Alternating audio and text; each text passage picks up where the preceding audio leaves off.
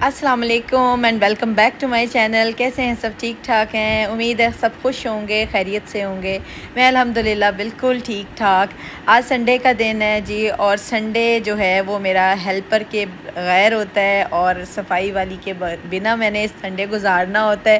اور ویسے بھی جو مجھے کامنٹس آتے ہیں کہ آپ اپنی صفائی اور ساری چیزیں جو ہیلپر کو دکھا رہی ہوتی ہیں، تو اتنا خوش مت ہوں. میرے پاس جو ہیلپر ہے وہ ٹیمپرری ہے، وہ پرماننٹ نہیں ہے. وہ سنڈے آف بھی لیتی ہے اور سنڈے کو ہمیں خود ہی کام کرنا ہوتا ہے.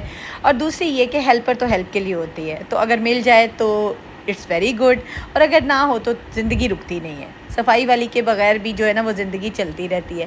تو آج کا دن بڑا ہی مزے کا اور بڑا ہی روٹین والا ہونے والا ہے. لیکن اس سے پہلے کہ اگر آپ میرے چینل پہ نیو ہیں تو جلدی سے سبسکرائب کر دیں اور بیل آئیکن کو بھی پریس کر دیں تاکہ آپ کو نوٹیفیکیشن سب سے پہلے آ جائے. آج کا ٹاپک بھی بڑا انٹرسٹنگ ہونے والا ہے. ایک تو چیلنج صفائی والی کے بغیر جو ہے وہ دن گزرے گا، اور دوسرا یہ کہ ہم لوگوں نے دیکھا ہوگا کہ ہمارے جو رشتے ہیں نا وہ اتنے برے نہیں ہوتے. ہمیں لگتا ہے کہ جی فلاں رشتہ بہت برا ہے، فلاں رشتہ بہت برا ہے، اس میں بڑی ٹاکسیسٹی ہے، اس رشتے میں بہت ٹاکسیسٹی ہے. ایسا نہیں ہوتا. رشتے برے نہیں ہوتے.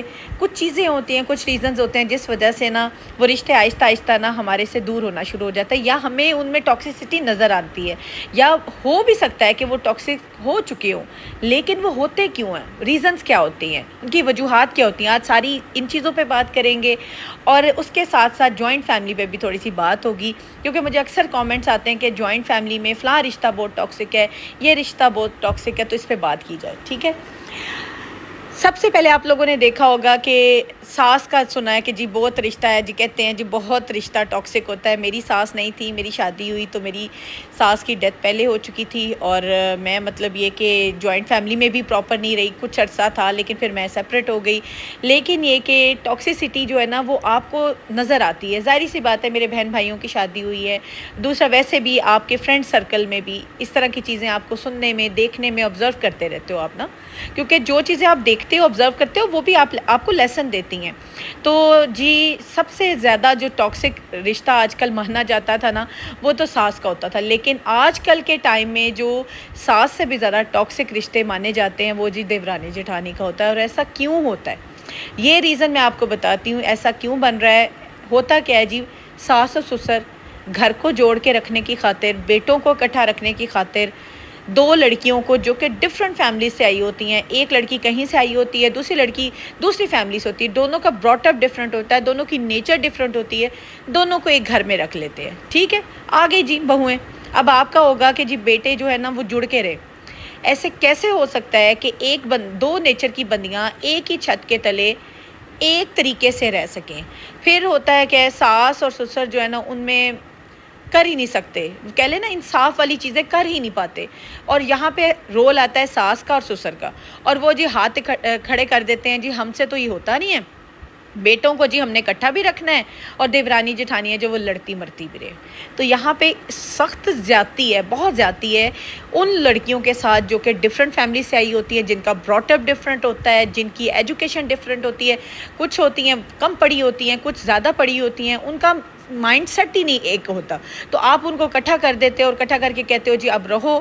پھر آگے جب ان کے بچے ہوتے ہیں، پھر بچوں میں جو ہوتی ہیں چیزیں، اور چھوٹی چھوٹی چیزیں جب دیورانی جٹھانی میں پیدا ہو جاتی ہیں نا تو وہ نسلوں میں شفٹ ہو جاتی ہیں. اب دیکھیں جی بچوں میں یہ چیزیں ہوں گی کہ ماں ہماری نہیں بلا رہی چاچی کو، اور چاچی جو ہے وہ تائی کو نہیں بلائے گی، اور اس طریقے سے بچوں میں نفرتیں اور بچوں میں دوریاں پیدا ہو جائیں گی. تو آپ کس طرح سوچتے ہیں کہ آپ اپنے بیٹوں کو اکٹھا رکھ کے ایک ہی چھت میں رکھ کے تو آپ ان میں اتفاق پیدا کریں گے؟ الٹا میں تو کہتی ہوں اس طرح تو نفرتیں پیدا ہو جاتی ہیں. بہتری ہوتی ہے کہ اگر آپ کے پاس پورشن ہے تو آپ بچوں کے پورشن سپریٹ کر دو.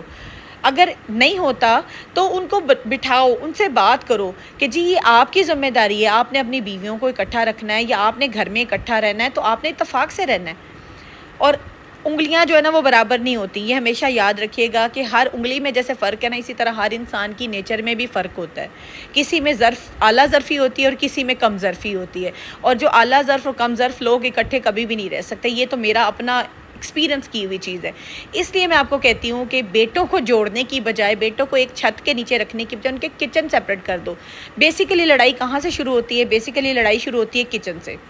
ہمیشہ جو کچن ہے نا وہ ہوتا ہے جی لڑائی کی ایک مین وجہ. کچن میں کام ہوتے ہیں، کچن میں کھانا بنانا ہوتا ہے، کچن میں برتن ہوتے ہیں، کچن میں میس ہوتا ہے، اب تم کرو، اب تم کرو، اب تم کرو. اور ساس جو ہے نا وہ انصاف کر ہی نہیں پاتی.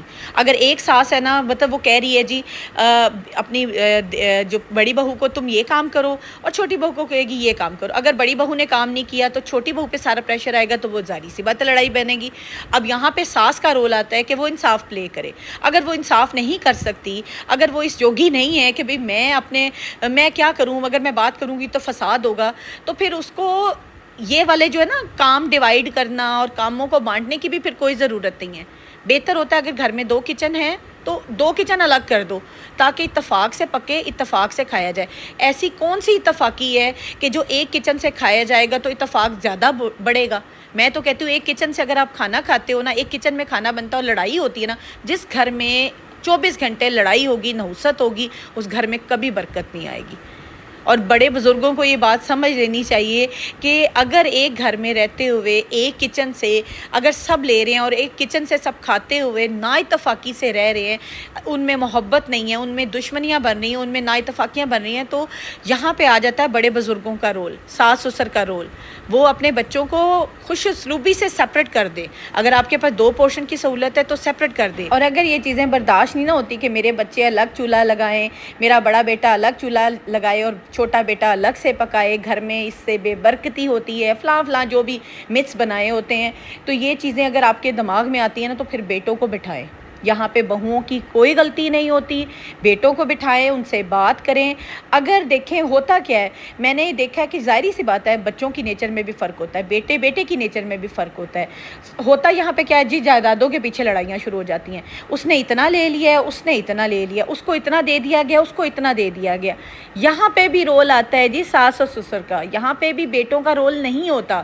اور جس گھر میں لڑائیاں ہوتی ہیں نا، جھگڑے ہوتے ہیں، وہاں پہ کمزوری بیسیکلی ہوتی ہے ساس اور سسر کی.